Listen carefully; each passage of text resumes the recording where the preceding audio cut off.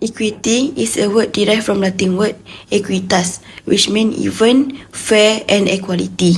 In the legal view, equity introduced a legislation which exists by the side of law and which substitute in its case of difference of opinion of the law with impartialness and fair play.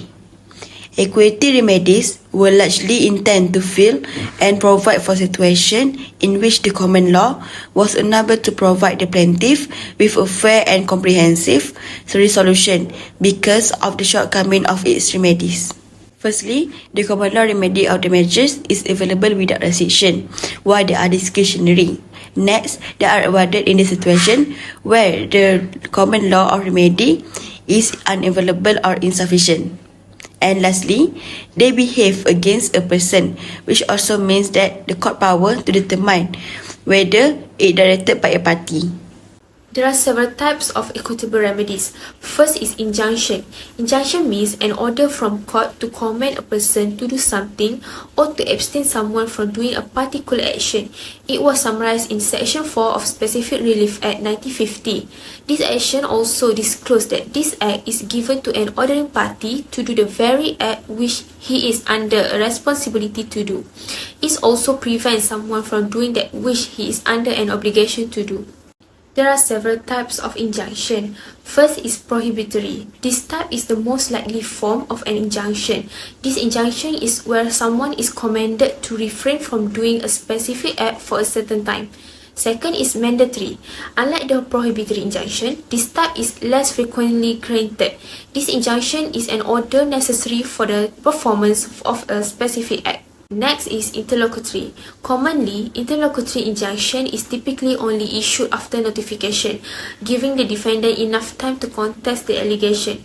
However, in an emergency, it can be approved by consideration of or for the benefit of just one side or a concerned third party. Interlocutory injunction also means court order that is only enforced while the injunction is being tried. It is typically granted in circumstances when the plaintiff would suffer irreversible harm if the parties wait for the trial to begin. Next is perpetua. A perpetua injunction can only be granted by a decree rendered at the hearing and based on the merits of the case, as per section 15(1) clause 2 SRA. This means that the defendant is permanently barred from asserting any rights or from acting in a way that would violate the plaintiff's right. Perpetua injunction also means a ruling made by the judge following the hearing of the parties' arguments. And interim. Interim also the types of injunction. Interim injunction is a court-issued directive that takes effect on a certain date rather than waiting for the outcome of the trial. Temporary injunctions are governed by Section 51 Clause 1 SRA and are valid for a predetermined period of time or until the court issues an additional order. They are governed by civil procedure law and may be granted at any point throughout the litigation. Last is quitamate. This injunction is an order that has been given to stop a potential violation of the plaintiff right before it has happened.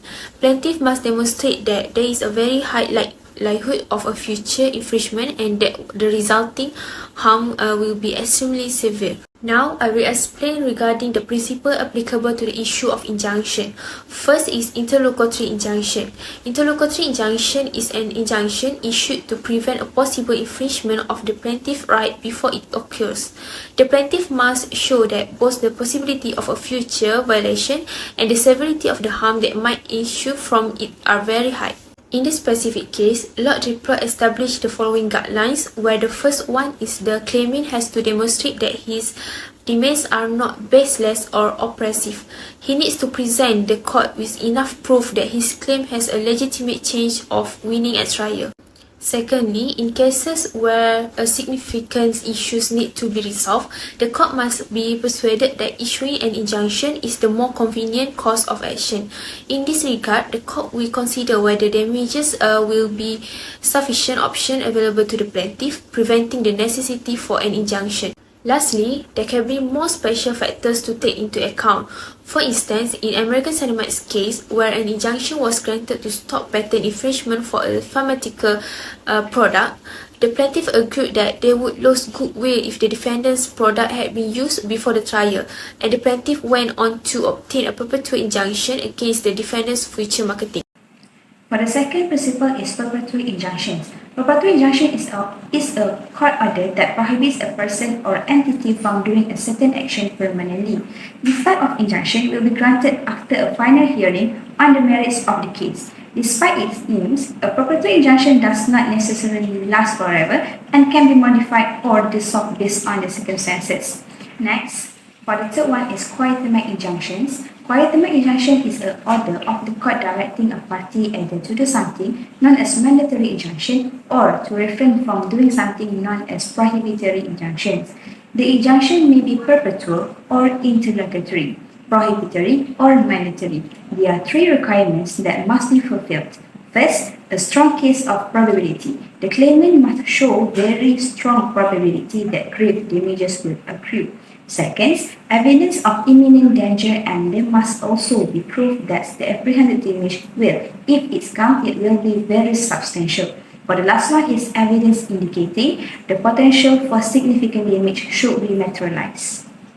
The next principle is Mareva injunction. Mareva injunction is a court order to freeze the defendant's asset from being disposed of pending the decision or resolution of the legal action before the court.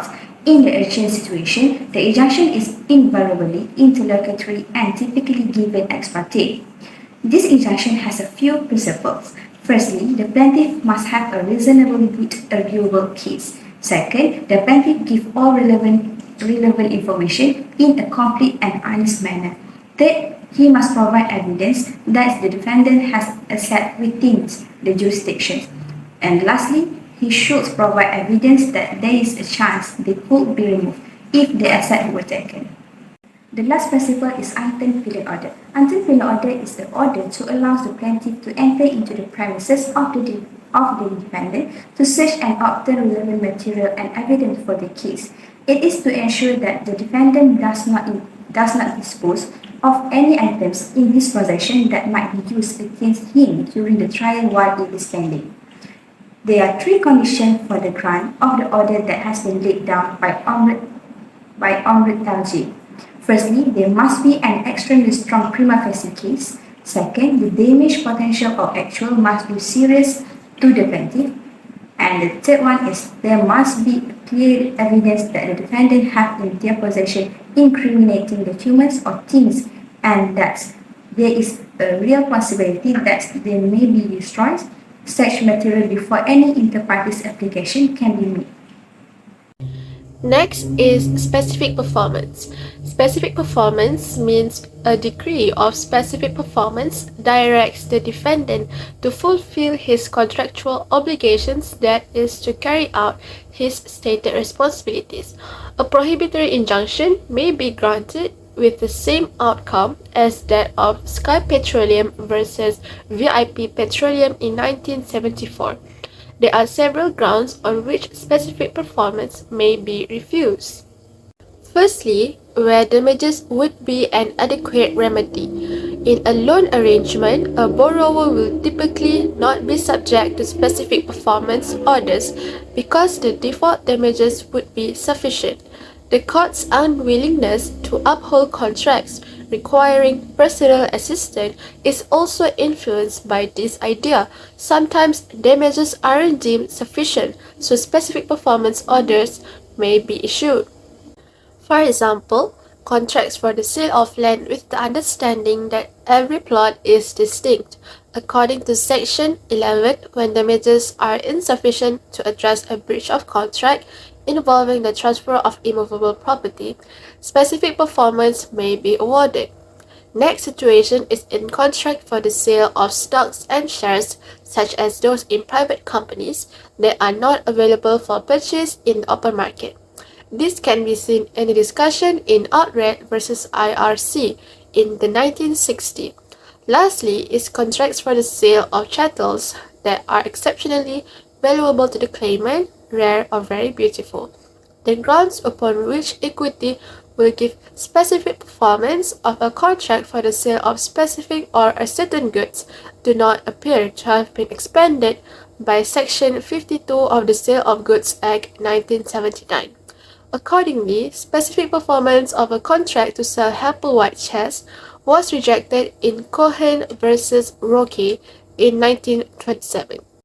Secondly, when an order of specific performance would require constant supervision, it is commonly stated that contracts requiring the defendant to do certain continuous acts will not be granted special performance by the court, since such contracts would necessitate ongoing court monitoring.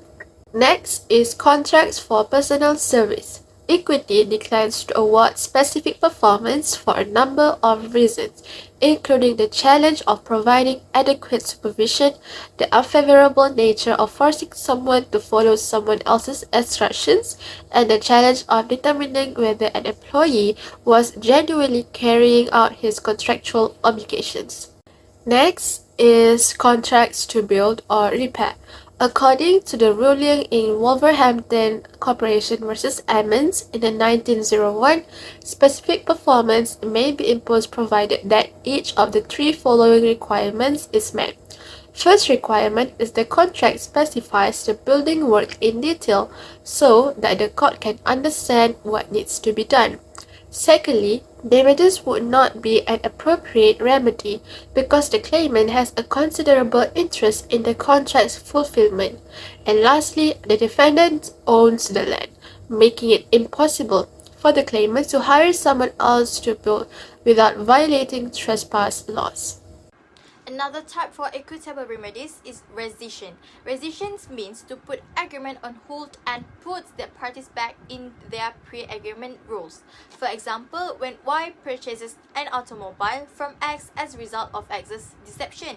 After Y realizes that he has been duped, he gives back the automobile back to X, who then gives back the money to Y. Rescission also comes with a few grounds. The first one is mistake. When mistake is sufficiently fundamental to be operative under common law, equity may revoke the contract and apply conditions to guarantee the justice. For example, in the case of Grits and Bailey 1976, both buyer and the seller thought that the rental within was covered by the Rent Acts. £850 was the purchasing price. The parties would have paid roughly £2,250 if they had realized that the tenant was not protected. The seller agreed to withdraw the contract in exchange for the buyer receiving a fresh offer at a fair price. However, mistake on its own does not automatically result in rescission. In such circumstances, revocation would be possible if the error was caused by fraud or misrepresentation in addition to other vitiating considerations. However, rescission have been allowed in some instances of common mistakes, that is, mistake shared by the parties. Next, misrepresentation is when a contract is the product of purposeful or inadvertent misrepresentation. It may vote. If the representation was false, the innocent party also had the right to damages and a court set aside of the agreement. Last ground is undue influence. A contract is deemed to have been induced by undue influence when the parties' relationship is such that one party has the capacity to control the other's will and take advantage of this position to acquire an unfair advantage over the other, as stated in Section 16 of the Contracts Act 1950. Should the judge find that there was undue influence, the agreement could be annulled. There are also three circumstances in which one is considered to forfeit the right to rescind. The first type of agreement is affirmation, in which case the party with the right to rescind will be seen to have given up that right if he confirms it while being cognizant of the circumstances that gave rise to it. Although affirmation can be given by any actions or words, or it can be inferred through time, the concept of laches controls how it is handled. Next is the impossibility of restitutio in integram. Revocation of the contract will end if the parties are unable to return to their pre-agreement positions. All money paid out or assets moved in compliance with the contract have to be reimbursed. And the last one, rights are acquired by the third parties. The plaintiff loses the right to withdraw the agreement if an innocent third party acquires an interest under it for value before the plaintiff tries to set it aside. Rectification is applied when a written agreement is amended to make it more in line with the party's intention when it does not. It can be found in the contract, deeds, will, according to the Section 20 of the Administration of Justice Act 1982. There are two situations in the rectification. First situation is a common mistake. We can see in the case of Jocelyn vs. Nissan, a father and daughter negotiate the sale of the business premise with the understanding that the father would become resident of the property and the daughter would handle the home expenditure, such as electric bill and gas. Nevertheless, the payment were not mentioned in the complete contract. Second situation is unilateral mistake. In circumstance of unilateral mistake, rectification is possible provided the person committing the mistake can demonstrate that the mistake was caused by the defendant's the honesty or that defendant know about the mistake.